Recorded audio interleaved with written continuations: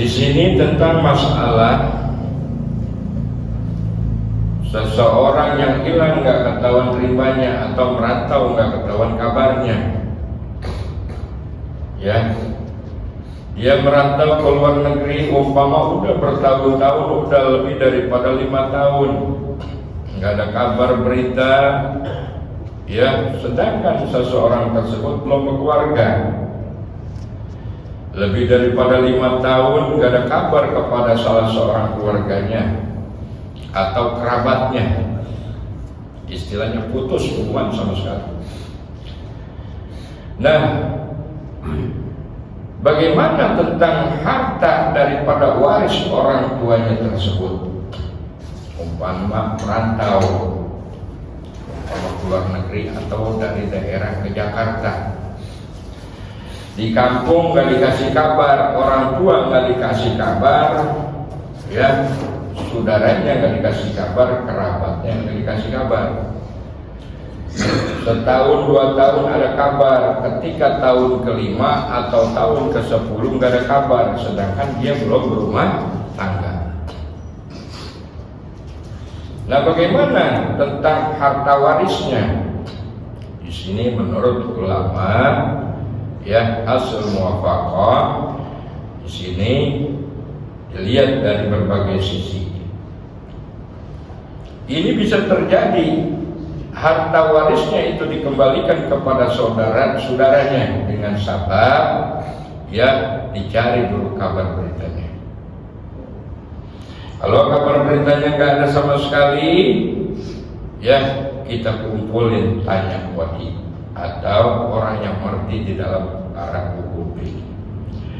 Enggak ada juga, kita hitung dari masa dia berangkat merantau hingga enggak ada kabar, hukumnya berapa tahun. Ketika dia merantau usia 25 tahun, enggak ada kabar usia, enggak ada kabar sekitar 30 tahun, berarti usianya hampir berapa? 25 tambah 30, 55. Hidup masa manusia sekarang ini rata-rata 75. Kita anggap 75 ya Pak ya. Yang usia 85 udah jarang banget. Ya, 75 juga termasuk kategori bonus. Ya, gitu. Sekiranya usia 55 mau dibagi sama saudaranya, masalah waris tersebut jangan dulu, karena usia 55 kebanyakan manusia masih hidup. Dilihat di pupuk rata-rata orang yang paling sepuh meninggal usia berapa? Taruh 75 atau 80. Nah, setelah masa itu lewat, ya, dah boleh baru dibagi. Gitu. Jadi kalau umpama dia masih merantau 30 tahun belum ada kabar, ya, sedangkan dia merantau tadinya pas ada kabar tersebut setahun, 2 tahun, 5 tahun. Setelah masa 55 tahun udah gak ada kabar berita, jangan langsung dibagi. Dicari kabar sampai semaksimal mungkin. Taruh kalau sekarang melalui, ya, di media sosial, kita upayakan dulu. Kalau nggak ada sama sekali, nah baru, ya, gimana? Kalau udah begitu, udah nggak ada sama sekali, baru kita musyawarahkan. Jangan mentang-mentang baru 5 tahun saudaranya nggak kembali, harta warisnya langsung dibagi sama saudaranya yang lain, jangan, ya, gitu. Adapun jikalau seorang mati padahal orang yang mewarisinya dia telah lenyap, jika, ya, lenyap dihukumkan akan matinya dengan yang telah tersebut itu niscaya ditutupkan sekira-kira bagian orang yang lenyap itu, hingga nyata jalan dan diamalkan bagian segala yang hadir dengan yang terlebih hajat.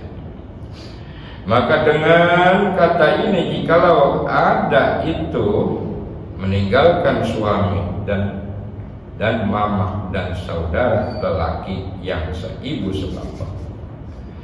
Lenyap niscaya diberikan akan suami itu sebagian. Nah, di sini dikatakan apabila jikalau seorang mati padahal ada seorang yang mewarisinya dan dia telah lenyap, istilahnya hilang, nggak keterimanya, nggak ada kabar, misalnya merantau kemana, sedangkan dia meninggalkan saudara, meninggalkan istri, meninggalkan anak. Kalau anak udah ketahuan dia nggak ada kabar sekian puluh tahun, jatuh ke anak, kan gitu. Tapi ini nggak punya anak, jika hanya mempunyai istri, tapi dia mempunyai saudara-saudara sekandung dari dia yang seibu sebapak. Di sini dikatakan niscaya ditetapkan sekira-kira bagian orang yang lenyap itu hingga nyata jalan dan diamalkan bagian segala yang hadir dengan yang terlebih hajat. Maksudnya bagaimana tadi? Kalau memang umpama dia belum berkeluarga, hartanya peninggalannya, dia belum berkeluarga, harta peninggalannya itu diamalkan. Kalau memang semua pada redo. Nah, di sini kan biasanya kalau kita lain cerita. Ketika ada belum berkeluarga, meninggal aja, harusnya itu diamalin sedikit banyak buat yang almarhum atau almarhumah, pribadi. Ini kan kadang-kadang alhamdulillah nggak ada bagiannya kembali kepada saudara-saudara yang lain. Banyak kan begitu, nggak dipikirin itu. Kita umumnya mudah-mudahan di keluarga saudara kita nih, jamaah Masjid Al-Mukarramah nggak terjadi hal semacam itu. Saudara kita yang telah wafat, kita pikirin ada bagiannya. Biasanya begitu, sekiranya dia belum keluarga, udah dewasa, belum sempat berkeluarga, lain cerita kalau memang dia pas lahir meninggal. Kita nanti kalau hal semacam itu biasanya kita bikinin kita sedekahkan atas nama. Nah, di sini itu hingga nyata jalan dan diamalkan bagian segala yang hadir dengan yang terlebih hajat. Kalau bisa yang perlu, yang lebih hajat bagi, hingga dengan kata ini, jikalau ada mayit itu meninggalkan suami dan mama dan saudara lelaki yang seibu sebapak yang lenyap, niscaya diberikan suami itu nisfu, sebagian daripada hartanya sebelum dikembalikan kepada saudara-saudaranya. Nah, kalau kita lain, kan begitu.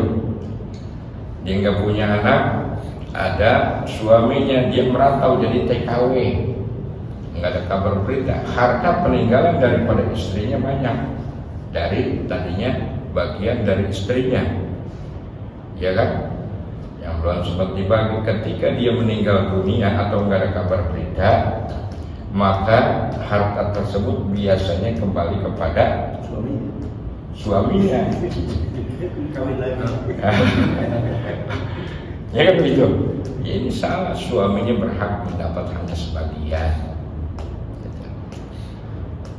Dan begitu juga kalau memang tadi itu, kalau memang ini, begitu juga kadang-kadang dia nggak punya anak, ketika istrinya meninggal, harta kembali kepada saudara-saudaranya. Ini banyak terjadi, karena harta itu panas, biar sedikit menjadi perebutan, sampai lagi banyak. Tapi di sini siapa yang memang ikhlas redho, dengan mengikuti hukum, insya Allah keberkahan yang ada. Yang serakah dengan harta, banyak kan timbul banyak mudaratnya daripada berkahnya. Tuh dikatakan tadi, seibu sebapak dan seorang saudara laki yang sebapak yang lenyap, niscaya takdirkan pada hak saudara lelaki yang seibu sebapak akan matinya. Jadi ada saudara yang seibu sebapak. Jadi ada saudara yang sebapak. Berarti bapaknya punya 2 biang, dapat 1. Punya harta, dia meninggal belum sempat berkeluarga. Balik kemana? Kepada saudara yang tadi tuh, yang lain biang, yang lain ibu, tapi 1 bapak. Gitu.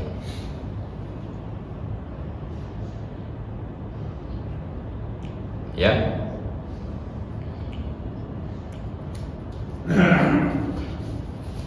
Dan seorang saudara lelaki yang sebapak yang lenyap niscaya ditakdirkan pada hak saudara lelaki yang seibu sebapak akan matinya. Maka diambillah nisfu sebagian, maka tinggal daripadanya harta itu sudusun. Kemudian jika nyata yang lenyap itu mati, niscaya diberikan sudusun itu akan nenek itu, istilahnya kakek. Dan jika nyata ia hidup, niscaya diberikan ia akan saudara, saudara itu, wallahu a'lam. Jadi sekiranya dia meninggal dunia belum sempat nikah, sedangkan dia nggak punya saudara seibu sebapak, dia anak tunggal, nggak ada kabar berita lenyap, ya kan? Nah, terus dia punya saudara, tapi saudara yang lain ibu, tapi 1 bapak, ya. Itu umpama bapaknya punya 2 istri, dia anak pertama, cuma satu-satunya tunggal. Bapaknya meninggal, ibunya meninggal, terus dia merantau, berarti ada harta peninggalannya dari bapaknya. Ketika dia meninggal dunia, harta tersebut jatuh kepada siapa? Kepada saudara yang sebapak, karena seibu sebapak udah nggak ada di anak tunggal. Tapi ada yang seibu, yang sebapak, ada lagi saudaranya, maka diberikan kepada saudara yang sebapak, ya. Jadi gitu, bukan saudara yang seibu tapi sebapak. Gitu. Di sini emang ribet, patah putar. Ya.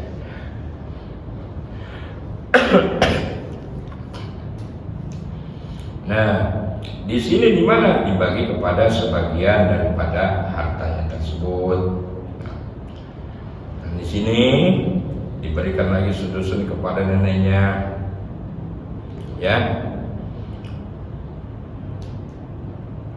Soal jika bertanya seorang apa hukum apabila mati seorang padahal meninggalkan, ya,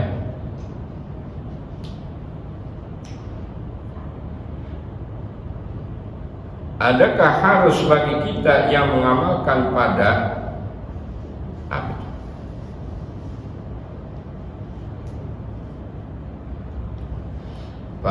bintang itu dan pada yang lain daripadanya dengan pekerjaan itu, yakni dahulu daripada keluar bintang itu atau tidak? Dijawab, apabila ada bintang itu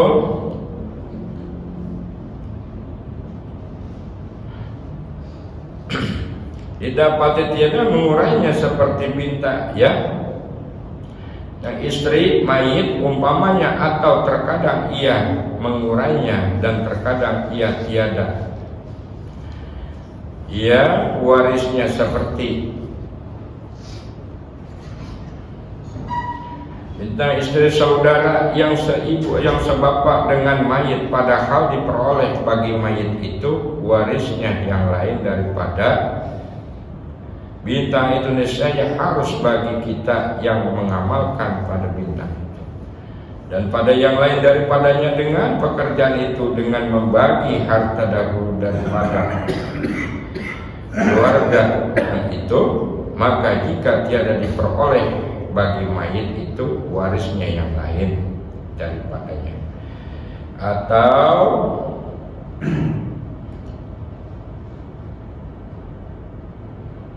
Ada di sana waris terkadang mendatangi tentang itu, atau di sana warisnya tiada mendatangi, ya, tiada yang bintang itu padahal tiada obah warisnya itu bagian yang muqaddar, seperti segala anak mayit niscaya ditutupkan ia hingga keluar bintang. Maksudnya bagaimana nih? Bahasanya ribet ini.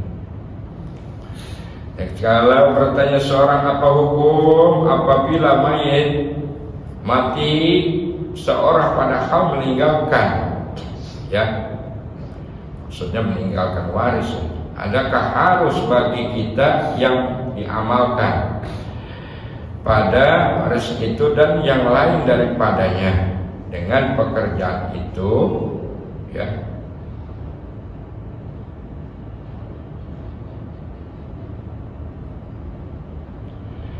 yakni dahulu daripada waris itu atau tiada? Dijawab apabila ada, maksudnya bintang itu pendapatnya tiada, ia ya mengurainya seperti, ya, waris daripada istri mayit, atau umpama terkadang mengurainya atau membaginya, dan terkadang ia tiada mengurainya seperti waris daripada istri saudara yang seibu sebapak dengan mayit, padahal diperoleh bagi mayit itu warisnya yang lain daripada bagian namanya niscaya harus bagi kita yang diamalkan pada mayit. Maksudnya begini, sekiranya seorang suami meninggalkan istri, ya, meninggalkan istri, ada warisnya, bagaimana? Ya, tapi dia masih mempunyai saudara. Apakah dia punya warisnya tersebut harus diamalkan semuanya? Enggak. Tetap istri ada bagiannya. Yang gitu baik. Ya. Tapi kalau kebanyakan kita kan begini, suami meninggal kagak punya anak, lain cerita. Ya, ketika istrinya menikah kembali, maka, ya, dia harus keluar, nggak dapat sama sekali. Ini kita umumnya, kan gitu. Harusnya bagaimana? Kalau memang mau keluar silakan, tapi bagi dulu bagian daripada suaminya. Gitu. Ini kalau di kita kan bukan hukum agama yang dipakai, tapi hukum, ya, hukum sendiri. Ngarang. Hah? Ngarang. Iya, hukum ngarang. Kan begitu sadar dia. Ya banyak kan begitu. Apalagi hartanya badannya banyak.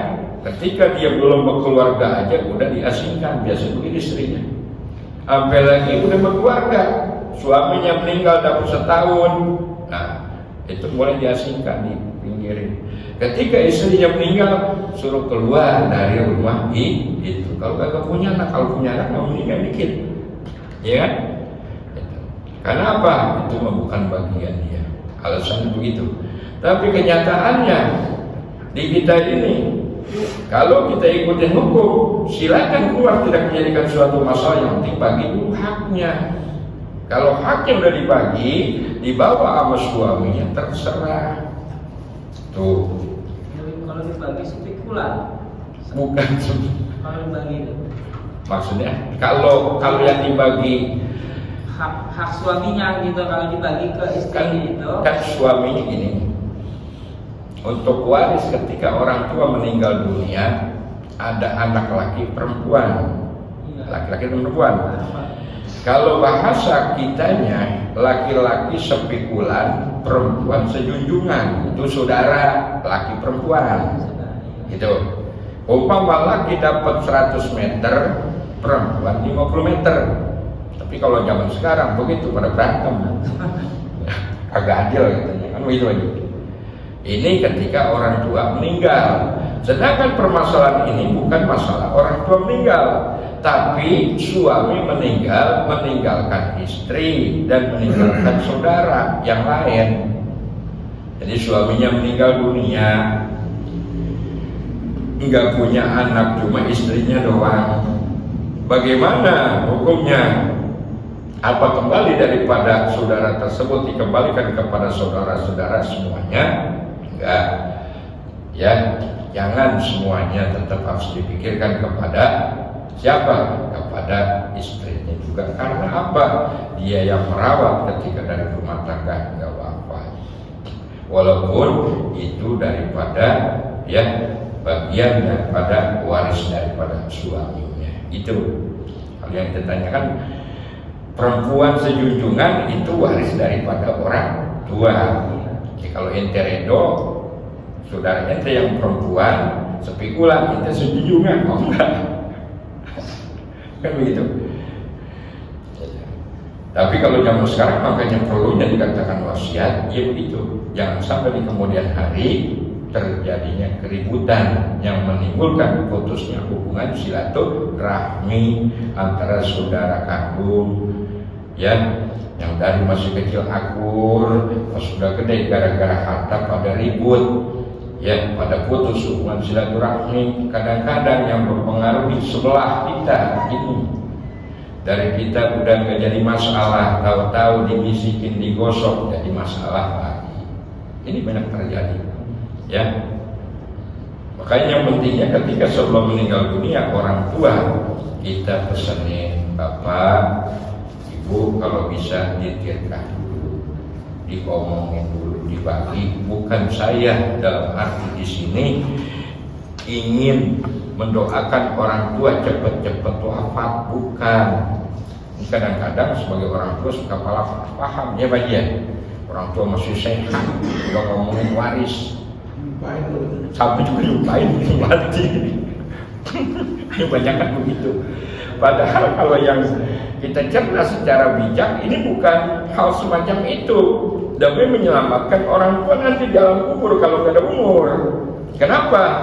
Ya, menyelamatkan karena urusan dia dengan urusan dunia telah selesai tanggung jawabnya. Coba orang tua belum sempat belum sempat ngomongin tentang waris, kemudian meninggal dunia warisannya banyak. Ya, kalau anaknya 4 dia punya kontrakan 8 mending. Ya, anaknya 4 kontrakan cuma 1, berebut lagi, repot. Ya kan begitu. Bagaimana? Makanya diwasiatkan, diperjelas. Nanti kalau nggak ada umur, nih bagian 0, nih bagian 0, si A, si B, ya kan? Asal jangan disono tanah orang, kan gitu. Kenapa? Karena jangan ketika kita meninggal dunia, jangan sampai urusan dunia belum terselesaikan. Ini masalah. Ini banyak kejadian, kesian orang tua. Ya, cuma kadang-kadang orang tua salah paham. Kita jelaskan soal macam itu tadi kata Pak Haji, sama juga ngobrol orang tua sehat dan ngomongin masalah warisan juga lupain orang tua mati. Padahal bukan demi kebaikan ya orang tua kita, kadang-kadang cuma salah paham. Ini ya, makanya kalau urusan waris sensitif, kudu hati-hati ngomong. Ya, selaku kita sebagai anak juga langsung orang tua lihat kondisinya kita jelaskan.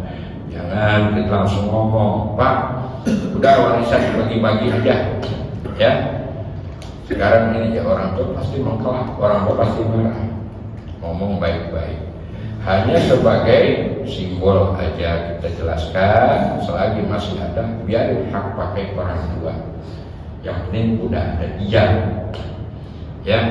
Jangan selagi masih ada orang tua anak 4 nih, ketika nanti orang tua meninggal kontrakan 4 nih bagi serang 1 biar adil. Tapi kalau nanti orang tua ketika udah nggak ada umur baru dibagi-bagi. Sekarang udah pada tahu haknya masing-masing. Ketika orang tua masih ada, biarin orang tua nikmatin, itu yang bagus. Memang kagak, ya kan? Kalau kontrakan banyak, ini boro-boro kontrakan banyak, malah kita ngontrak, ya kan begitu. Yang masalahnya, ya ini, karena masalah harta panas, maka banyak terjadi keributan dengan sebut hal semacam itu. Sensitif sama-sama. Ya. Maka masalah ini seperti mayit meninggalkan istri pada halnya, ya. Apa sini? Di sini ada bintang. Dan ibu dan bapak jika adalah bagi istri dengan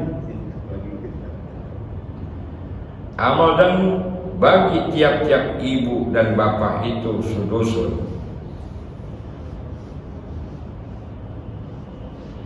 Karena tatkala itu bahwa dihukumkan bintang itu 2 orang perempuan, maksudnya seorang laki-laki, dan jika diawalkan masalah daripada 24 kepada 27, ini kemarin tuh 20 ya, 4 kepala 27, ada nenek, ada paman, ya, ada kakek, ada ibu, ada bapak, terus ada yang saudara seibu sebapak, ada yang saudara sebapak, ya kan, yang mempunyai saudara seibu yang seibu sebapak ada sekian orang, ada saudara yang sebapak sekian orang. Jadi kalau lihat begitu banyak permasalahannya, ya, makanya kita ya wanti-wanti, ya udah nggak usah begitu, kita punya satu cukup, jangan banyak bikin masalah lagi. Kalau pagi mau nambah lagi nggak apa-apa, berarti nambah lagi nambah masalah, nambah pusing itu aja. Begitu banyak jadinya, iya satu aja pusing, gimana nambah lagi. Makanya yang istrinya banyak, yang 2, 3 sempat saya tanya. Ngilangin pusing biar tambah lagi. Oh tambah lagi ngilangin pusing, ujung-ujungnya tambah pusing. Satu aja pusing, nambah lagi tambah pusing. Makanya saya tanya sama yang punya istri 2, bagaimana punya istri 2? Satu istri kita bohongin sedikit, nambah istri bukan tambah benar, tambah banyak bohong, gitu jawabannya, kenyataannya. Tapi memang rata-rata begitu. Kenapa? Kepuasan hanya sesaat, yang udahnya keluar dari rumah tambah pusing lagi, gitu. Banyak bohongnya. Ya makanya kalau memang kita memang mau mempunyai istri lebih daripada 1, kan nggak boleh? Boleh. Ini kan sekarang para ustaz banyak yang berpatokan nikah husnatun masna wa sulasa wa ruba. Sunnah nikah 1, 2, 3 sampai situ doang. Ya kan? Hah? Iya. Wah. Nikah husnatun masna wa sulasa wa ruba, disunahkan oleh kamu nikah 1, 2, 3, 4. Bahwa itu yang penting adil, itu seperti itu. Kita mau nikah lagi silakan, ya kan? Bapak Bang Rajat mau nikah lagi nggak apa-apa, cuma 1 tanya bini itu, tanya bini dulu, ya mah saya mau nikah lagi, bagaimana, ikhlas redo enggak? Kalau kata istri, oh ikhlas redo, kalau ikhlas redo tolong lamarin, tuh begitu. Nah itu yang bagus. Harus kawin di Mesir. Yang bagus begitu. Ini kadang-kadang ikutin begitu doang. Anika husnatun masna wa sulasa wa ruba. Nikah sunnah 1, 2, 3, 4. Saya punya kawan daripada dia berzina, mendingan kawin dahulu. Kain kontrak begitu. Oh, kawin mut'ah. Boleh kita nikah, 1 yang penting adil. Kalau kita ingin ikuti Rasulullah, nikah lagi cari janda yang susah, cari janda yang anaknya banyak. Ini terbalik. Kalau saya dulu mau begitu, saya dukung benar. Cari janda yang anaknya banyak, janda yang susah. Ya kan? Ya ini lain ceritanya. Ketika dia mau menikah, cari janda yang tadi katanya itu, yang muka yang cakep segala macam. Jadi bukan berdasarkan sunnah Rasul, tapi berdasarkan nafsu. Tadi ada pertanyaan Pak Jijai mengatakan daripada timbulnya zina, mendingan kita nikah. Entar ditanya nikahnya yang bagaimana? Nikah kontrak, nikah mutah ya haram.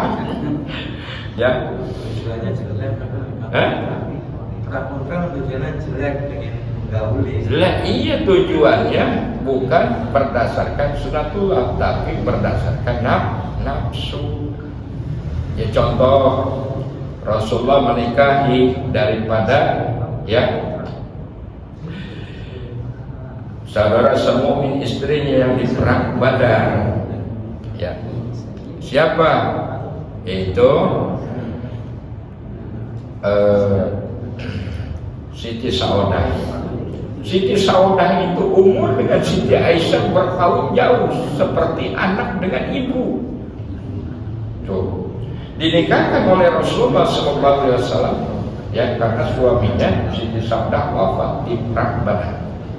Tujuannya apa? Mengangkat derajat daripada istri sahabatnya tersebut. Begitu kita. Kalau kita mengikuti ada janda di kampung sebelah, umpama di Ciledug, anaknya banyak, ada anaknya 5 kecil-kecil, ya kan? Itu bening, aja jangan, yang bening, ya.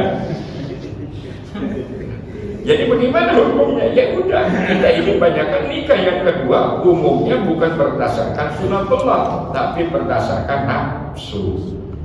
Itu. Kalau memang mungkin Rasulullah cari pasti janda yang sudah, yang anaknya banyak, anaknya 5, yang butuh bantuan nafkah, apa kata Pak Haji? Tambah diam dulu. Kalau bisa nggak usah. Tapi kalau saya menduga kalau semacam itu istri mendukung, ya orang nggak punya anaknya banyak. Itu mau nggak? Cakep banget. Lagi kita cari jodoh. Tuh. Yang begitu kemungkinan semuanya di sini juga sebenarnya. Kalau kita kan preferensinya lain, kenapa? Ya berdasarkan nafsu. Ini yang kita nggak sanggup sebagai umat Muslim. Kalau kita ini mengikuti daripada kesunahan tersebut jauh. Ya terutama apa? Adilnya. Sanggup nggak kalau memang mau nikah laporan dulu ke istri?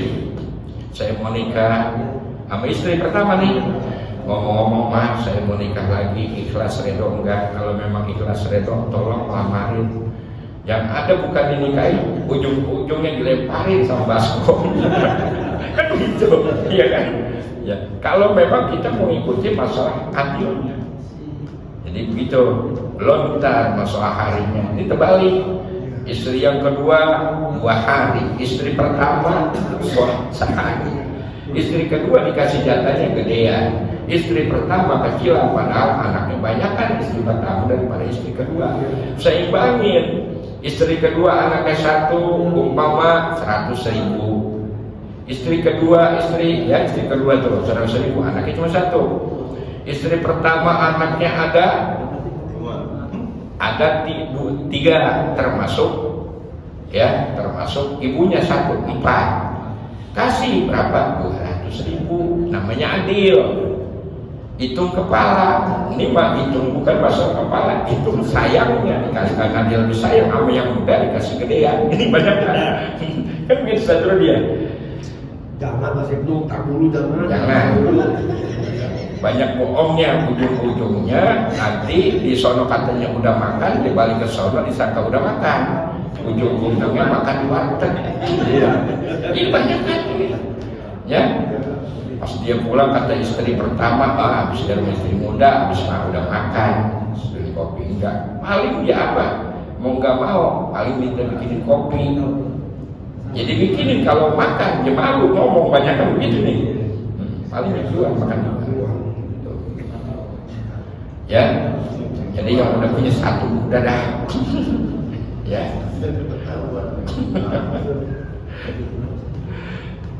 Jadi gitu Pak RW ya. Ya kalau bisa satu, jangan dua, jangan nyontohin buat keluarganya. Jadi tadi tuh yang Pak Haji mengatakan kawan Pak daripada zina lebih baik nikah.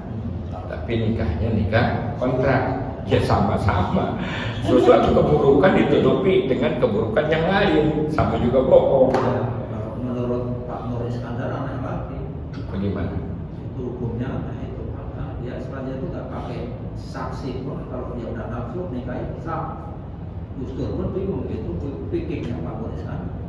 Itu Jadi kalau bisa sekiranya seorang janda cari dulu keluarganya umpama ibunya pada meninggal kan ada saudaranya, dilihat tetap saudara nggak ada ya saudara dari bapaknya nggak ada, keponakan anak saudara dari bapaknya dari jalur laki gitu.